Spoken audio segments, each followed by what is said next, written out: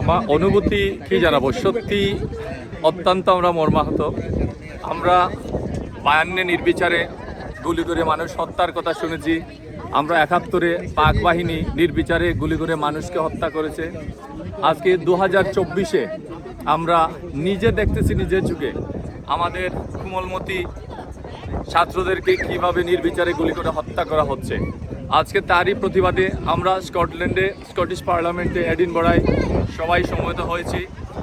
আমরা আজকে যেই অ্যাডমিনিস্ট্রেশন, যেই ল এনফোর্সমেন্ট এজেন্সি জনগণের টাকায় যাদের বেতন হয়, ভাতা হয়, এই মানুষই নির্বিচারে ফাঁকির মতো গুলি করে সাধারণ ছাত্রছাত্রীকে হত্যা করতেছে।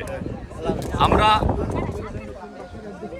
মিডিয়ার মাধ্যমে দেখলাম যে একটা অর্ধমৃত লোককে গাড়ি থেকে যেভাবে মানুষ কোনো বস্তা বা এবার জড় বস্তুকে যেরকম ধাক্কা দিয়ে নামায়, একটা অর্ধমৃত মানুষকে লাফ দিয়ে গাড়ির থেকে ফেলে দিচ্ছে।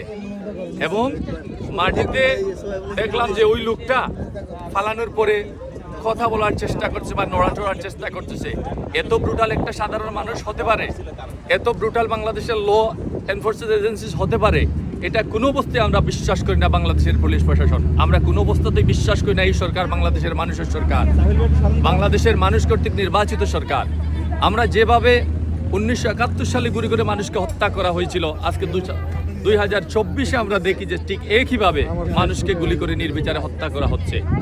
আমরা অবশ্যই আমরা বিদেশে থাকি এবং বিভিন্ন আন্দোলন সংগ্রাম বিদেশ থেকেই হয়েছে। আমরা এভরি ওয়ান অফ আস আজকে এখানে এসেছি আমাদের ভয়েস রাইজ করতে, তাদেরকে সমর্থন জানাতে, তাদের আন্দোলনের পক্ষে আছে, তাদের দাবির পক্ষে আছে। আমরা every one we want a good solution of this কাজ। অবশ্যই এই প্রতিবাদী তারা কিন্তু সুষ্ঠুভাবে জিনিসটা শুরু করছিল, কিন্তু এই জিনিসটার মধ্যে আসলে আলটিমেটলি রাজনীতির যে পরিচ্ছাপ, মানে এখানে ছাত্রদের প্রতি গুলি ছোড়া কিংবা তাদের যেভাবে বেধরক্ষী করা হইতেছে, সেই জিনিসটা কোনোভাবেই মেনে নেওয়ার মতো না। আমরা দেশে বাংলাদেশিরা যারাই আছি, আমাদেরও ছোট ভাই বোন যারা আছে, তারা ইউনিভার্সিটিতে পূর্ববর্তী বাংলাদেশের মধ্যে অনেকে অনেক জায়গায় সহিষ্ণুতার শিকার। তো আমরা এটার জন্যই সবার কাছে সবাই সমবেতভাবে প্রতিবাদ জানাচ্ছি, যাতে সরকার যাতে এমন কোনো গণতান্ত্রিক রাষ্ট্রের মধ্যে এমন কোনো ধরনের মানে পদক্ষেপ না নিয়ে থাকে যেটা পরবর্তীতে তাদের নিজেদের এগেনস্টেই যায়। এবং এটা সুষ্ঠু সমাধান, এবং যেই কজনের প্রাণহানি হয়েছে তাদের সবার জন্য যেন তাদের ন্যায্য আমল পায় এবং তাদের প্রতি যেন সুষ্ঠু ন্যায় বিচার করা হয়, সেটাই দোয়া করতে হচ্ছে। Thank you.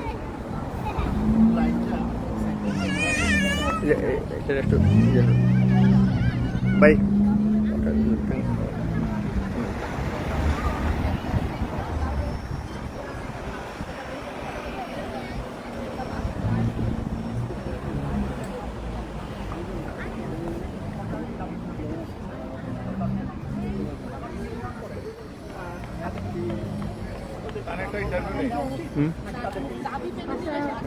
ভাই, এই যে আমরা আয়োজন করলাম এখানে, এইটার সমবেদনা জানাইবার লাগিয়া আপনার কিতা প্রতিক্রিয়া কি এই ব্যাপারে?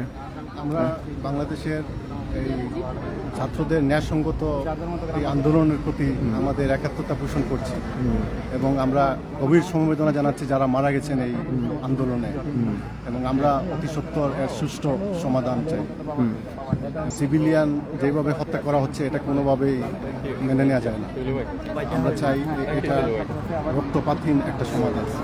আপনার কি মনে হয় এখন যদি বাংলাদেশ সরকার এই কোটা মুভমেন্টের কোটা অ্যাবলিশমেন্টের জন্য বা সুপ্রিম কোর্ট এইটাতে যদি স্টুডেন্টদের পক্ষে রায় দেয়, তখন স্টুডেন্টদের কি করা উচিত? এখন যেহেতু বিষয়টা স্টুডেন্টদের অনেক ত্যাগ তিতিক্ষা আছে এর মধ্যে, এবং তারা এটা সবাই আলোচনার মাধ্যমে যেটা সবার জন্য অ্যাকসেপ্টেবল হয়।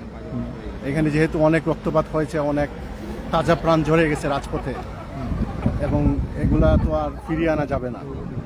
এটার একটা যথাযথ সমাধান অবশ্যই, এবং যাতে ইন ফিউচার এই ধরনের আন্দোলন নিয়ে রাস্তায় না নামতে হয় এবং যারা এখানে আছে তাদেরও কোনো রকমের সমস্যার মধ্যে না পড়তে হয়, এই বিষয়গুলোর একটা একটা চূড়ান্ত সমাধান দরকার।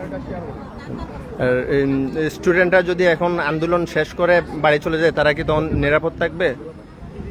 আপনার কি মনে হয়? আমার মনে হয় না তারা নিরাপদ থাকবে। এটার তো স্থায়ী সমাধান হবে না, তারা নানা রকম হেনস্থার শিকার হতে পারে। তো যাতে তাদের ভবিষ্যতে কোনো ধরনের সমস্যার মধ্যে না পড়তে হয়, সেই ধরনের একটা সমাধান আমাদের সবার কাছে এখন একান্ত কাম্য। ধন্যবাদ।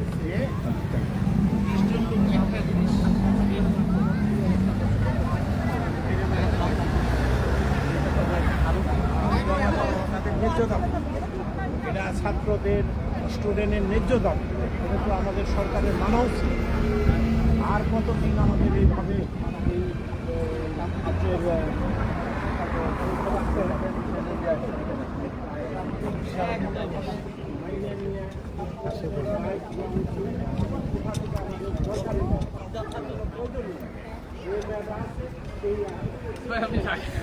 আমিও যাবো। হ্যাঁ, আমরা চলে যাচ্ছি।